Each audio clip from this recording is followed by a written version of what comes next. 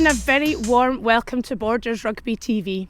This afternoon we're at Pointer Park where Kelso are hosting the 6th round of the Kings of the Sevens tournament. Currently Melrose are in the lead, however with their win at Langham last week, Kelso closed the gap to 11 points. Here to take us through the highlights of the semi-finals, here's Stuart Cameron. The first semi-final was between hosts Kelso and local rivals Selkirk. Kelso had got past Gala and Hoyt comfortably without conceding a point, while Selkirk disposed of Berwick and Jed Forest in their pool games.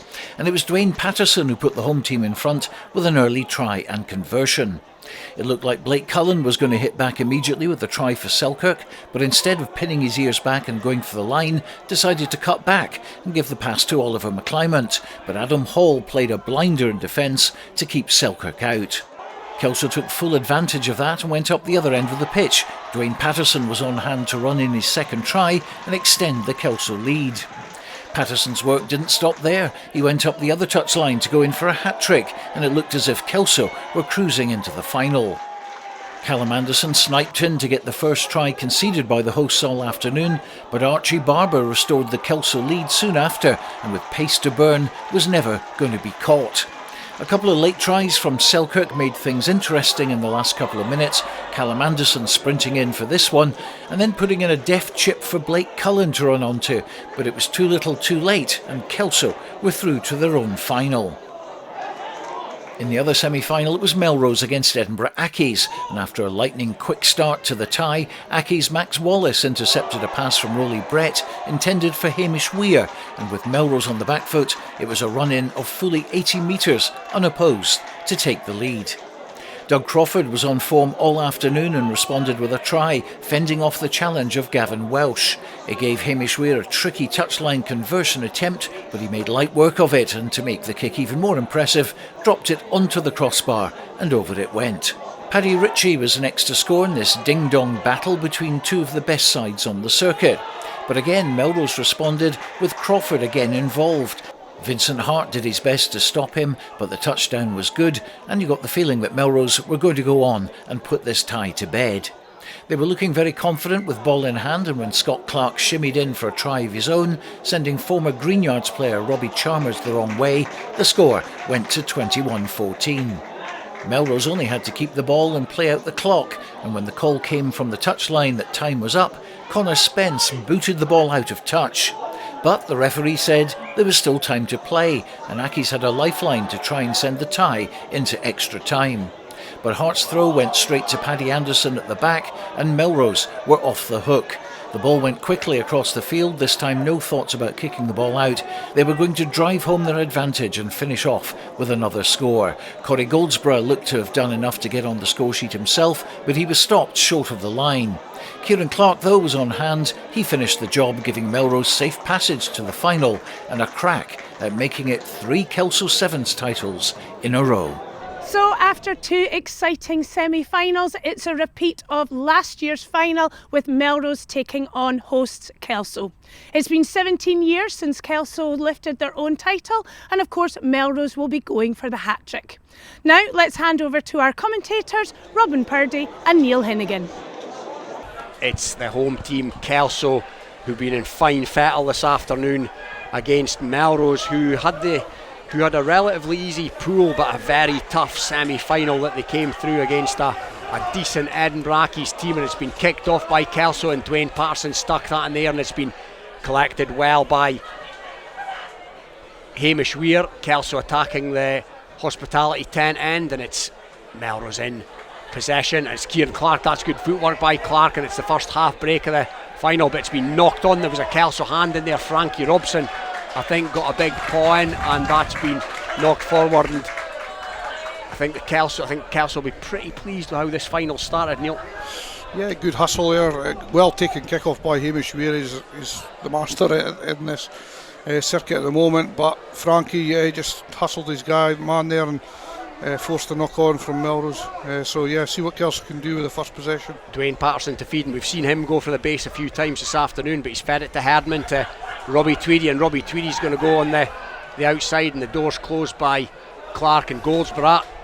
Patterson, there was a dummy run by Adam Hall, and Patterson's taken the arc Wonderful try by Dwayne Patterson, and that is his 8th of the afternoon. Could be. Yeah, 8th of the afternoon, and brilliant piece of running once again.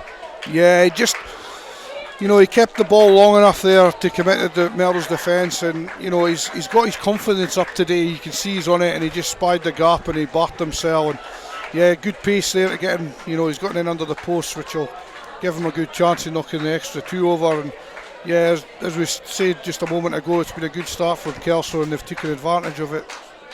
So Patterson from bang in front of a hospitality tent that is emptied once again. He makes no mistake. Kelso, first blood. Kelso 7, Melrose 0. But we've seen Melrose dog their way through a semi-final, so as much as that is a good start for Kelso, let's not read too much into things at this stage as we await this Dwayne Patterson kick-off. He will look to stick it high in the sky and give the Thompsons and give the Frankie Robsons something to attack. And Adam Hall's thereabouts as well, but that's been well taken by one of the Australians. It was Mulcahy who was hoisted into the air by Goldsborough. A couple of minutes gone in this semi-final. Melrose in possession. Rolly Brett through an interception in the semi-final, and now it's Hamish Weir on the near side, and he's got Frankie Robson to beat, and he's going to beat Frankie Robson and run in. Melrose first score of the final. Adam Hall's back there, but it's touched down by Hamish Weir, who ensured that he got it round as far as he possibly could towards the post to give himself a better opportunity for the conversion. And that's a good response from Melrose. Great response from Melrose, really good. Again, they took the kick off well, and this time they settled into possession, and they really attacked that blindside well. I think Frankie doesn't really want to be in that position on the outside, and Hamish Weir's no slouch, and when it opened up for him, he just turned the burners on, and Frankie Robson just didn't have enough pace to stay with him, and really good response from Melrose. So Weir's converted his own try as well. So it's Dwayne Patterson 7, Hamish Weir 7 as it stands at the moment. Doug Crawford to kick off, and that's gone slightly deeper, so that will give Herdman a clean enough time to bring in what was a clean catch. Patterson now to Adam Hall, to Hamish Tweedy, out to Robbie Tweedy. Robbie Tweedy has run well, run hard again this afternoon. Still in possession here, Kelso inside their own 22, and Patterson comes back against the grain and he goes to Robbie Tweedy, but Robbie Tweedy's harried and hassled by Paddy Anderson.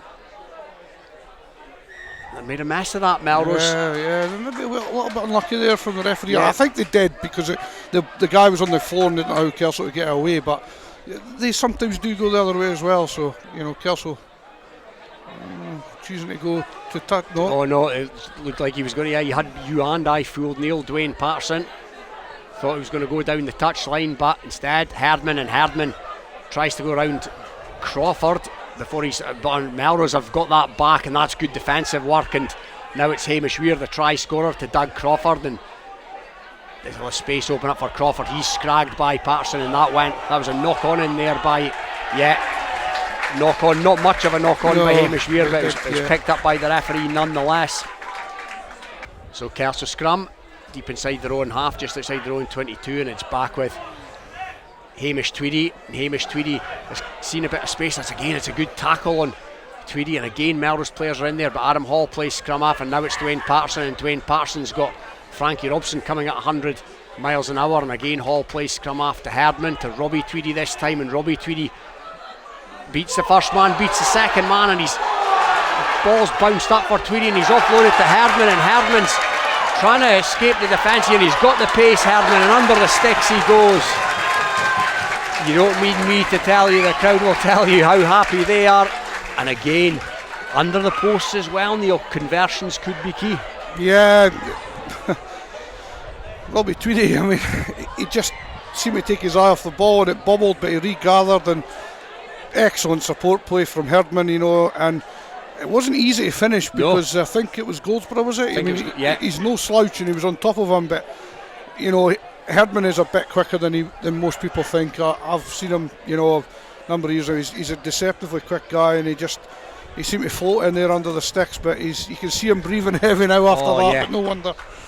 By my watch, it's about 6.5 minutes gone, so you'd imagine this could be the last play of the first half, and he's gone to the other side this time, Patterson, and under that is Adam Hall, who's plucked it out of the sky. So is there time for another score before half time? Melrose again making a nuisance of, and Patterson's got Robbie Tweedy. Now there's a foot race on between Robbie Tweedy and Crawford, and he's come back inside. That's good strength, man. It's a good back out the back door to Patterson. Adam Hall for support, and again Melrose illegally so there's a penalty coming. They're gambling with house money here, Kelso. Could have been a yellow, that, you know. Yeah, and Patterson takes it quickly and goes to Frankie Robson. Well, he bulldozes his way over. He's up towards the line and over the line and under the sticks.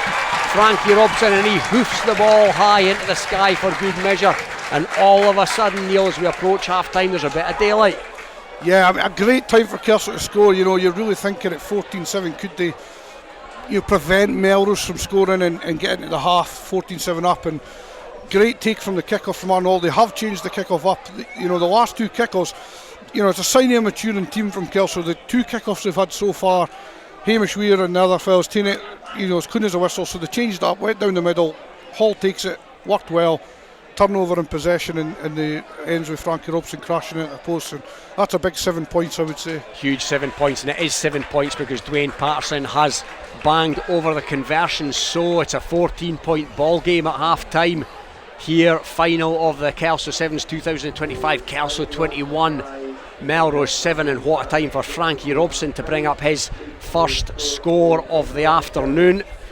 And of course Melrose trailing at half time in their semi-final as well. They dogged that one out, and it'll be them to kick off through Doug Crawford, and that's going to give the forwards a chance to get under it. And it's going to be, it's plucked out there beautifully by Dwayne Patterson as well. And Herdman gets it to Hall, to Barber, out to Hamish Tweedy, and he's got his fellow Tweedy, Robbie, who comes back infield from that far touchline. Melrose players asking for a penalty, and a wee bit of space is opened up for Barber here. Now has Barber got the pace, and a foot race with Doug Crawford. Easy. Easy, yes.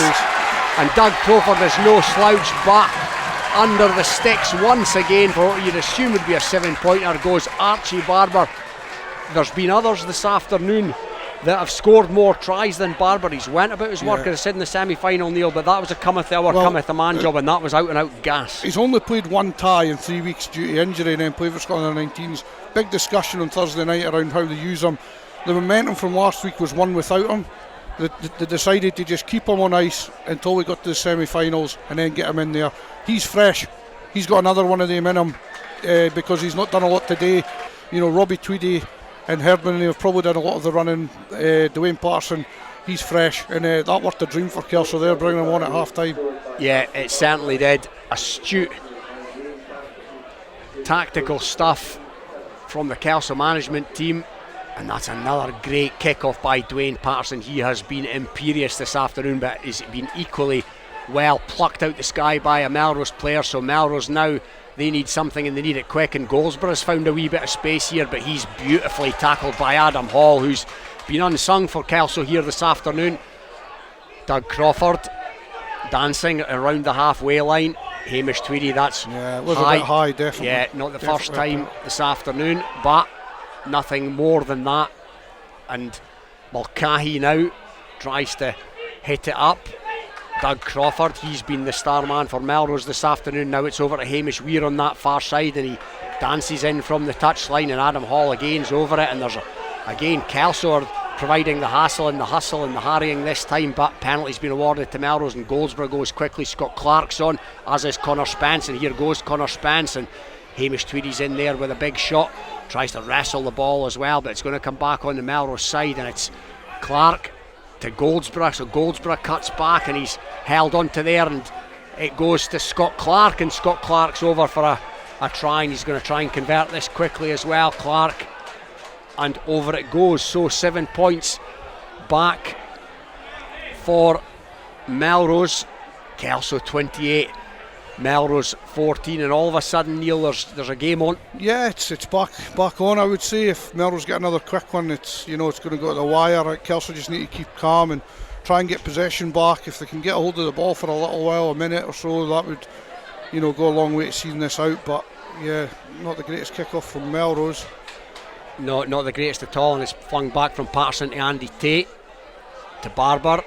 As Neil said, he's got another lung buster in him, so we'll see if that materialises. And let's not forget, this home crowd have not seen their favourites pick up the silverware here since 2008, and I make that 17 long years, something like that. And Dwayne Patterson's in possession, and a wee bit of space is opened up for Thompson. That would be a popular score if he can go the distance, but he's hauled to deck by a couple of Melrose players. But the ball's going to come back on the Kelso side. Patterson early to Barber would be the shot. Yeah, to Van Barber's got it now, so here comes Archie Barber, and he's got the pace Barber, and he's sold a dummy, and here he goes. That is the tie, that is the title, and as correctly predicted by the man on my left, he's got another one in him. Yeah, as I say, the preemptive Thursday night, what is there something we can do with this, with Barber being what he is? He's not featured much, but he's X factor for this Kelso team when he's on it. And it's got to the stage now where Dwayne Patterson, Herdman, the Tweedies, they've run themselves out of the ground all day. You need somebody to come on and take a bit of the workload, and he's just about went the length near enough twice there to probably win this for Kelso. Yeah, it's been a brilliant squad effort from Kelso today. You have to say the likes of the Tweedies, Andy Tate's come on and done a job. Cammy Thompson, as usual, unsung workhorse self. You'd like to see him get a try for all his efforts here this afternoon, but a penalty comes to Melrose, who had won the kick-off, and they've taken it quickly through Doug Crawford, and Doug Crawford's seen a wee bit of space now, and now he's gone, and Doug Crawford's going to be chased down by Barber. And is he going to fling it infield? No, he's going to try and come back in and narrow the angle himself, but he's knocked it on over the line. Doug Crawford, I was just about to say, he's been the key man. Who was the man chasing him back? Yeah, Barber. Archie Barber's chased him back now. Doug Crawford should have scored, in fairness. He should have. Yeah, but he should have. I mean, he would have touched it down, Doug Crawford, but he tried to beat him to come back in closer to the post, which is completely understandable. Do you know what? Normally I'd criticise a player for it, but I think Doug Crawford was correct. They had to make it. They had to stay in the conversion hunt as well. There's not enough time to score 4 tries, maybe 3, maybe. So he was doing the right thing. It just didn't work out. I think his support runner didn't really read it enough, and that was what caused it. Really, he wanted to pass it to the support runner to go under the sticks, and you're right. So no slur on Doug Crawford there. He's been Melrose key man this afternoon. And here's Barber again under his own posts. And Melrose hassling here and harrying, but it's came back on the Kelso side now. They're behind their own sticks here, and it's with Dwayne Patterson, and he just hoofs it down the park. And now there's a foot race on, and it's between Patterson and Crawford, and he's skinned Crawford so far. Dwayne Patterson, he's going to hack it forward, and this would be the icing on the cake. Dwayne Patterson, he's picked it up. Oh, he's been stopped just short. And Lachlan Ferguson's there. He's come on. He's on loan from Selkirk, and they're going to score here. And it's Andy Tate for his first try of the afternoon in the dying embers of this final. Made by Dwayne Patterson, scored by Tate. And Neil, that is the cherry on top, coast to coast. Yeah, just absolutely brilliant from Kelso. How many times have Kelso went from their own line to the other end today? Phenomenal achievement from them today. They've been on it from minute one. They've really wanted this. 3 weeks ago they sat down before the Sevens started, and the big question was asked what they wanted out of this. Last year they were Kings of the Sevens but didn't win their own trophy, and this year that was their big aim, was what they wanted to achieve, was to win their own tournament, and anything after that was a bonus, and they've done that today, and fair play to them. Staff included, brilliant. Yeah, it's a team effort, squad effort, staff effort, and you're right, they have won the tournament. The final whistle has gone. 42 points to 14.